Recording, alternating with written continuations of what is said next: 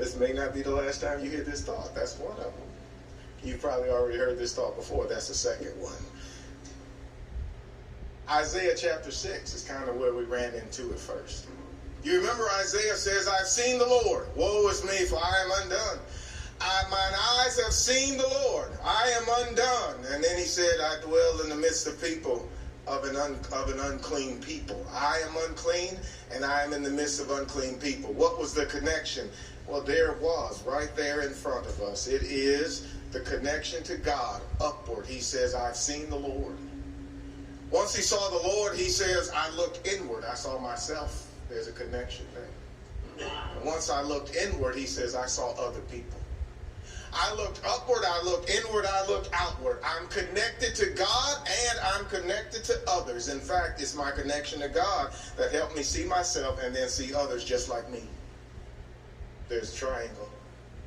We see it again in Titus chapter 2. We ran into it there where Paul tells us how to live. He says, be sober and godly and righteous. Wait a minute. Yes, that's the connection. To live righteously is to look outward at your fellow man, to treat them right. To be sober is inward, how you are living yourself. Sober-minded, sage, wise, taken care of, being like God. And then to be godly, well, that's our disposition toward God. It's piousness. It's piety. Each one in this connection, in this triangle of connection, there is a flow to each direction, backwards and forwards, and responsibilities, primary and secondary. Primarily, when it comes to God, the responsibility is to seek Him. In fact, it's the way it's couched in Scripture. Our goal, functionally, primarily, while we're here, is to seek the Lord. In fact, Acts chapter 20, Acts 17, rather, 24 to 27, Paul on Mars Hill says, it's among the reasons God made us.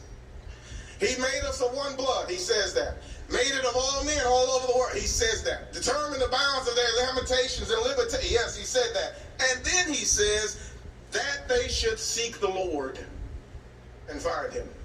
Though He be not far from every one of us. Seek the Lord, Isaiah encourages, while He may be found. Call upon Him while He's near. Seek the Lord while He's near. Seek the Lord while you can. Boast not thyself of tomorrow. Thou knowest not what a day may bring forth. What should you do? Seek the Lord.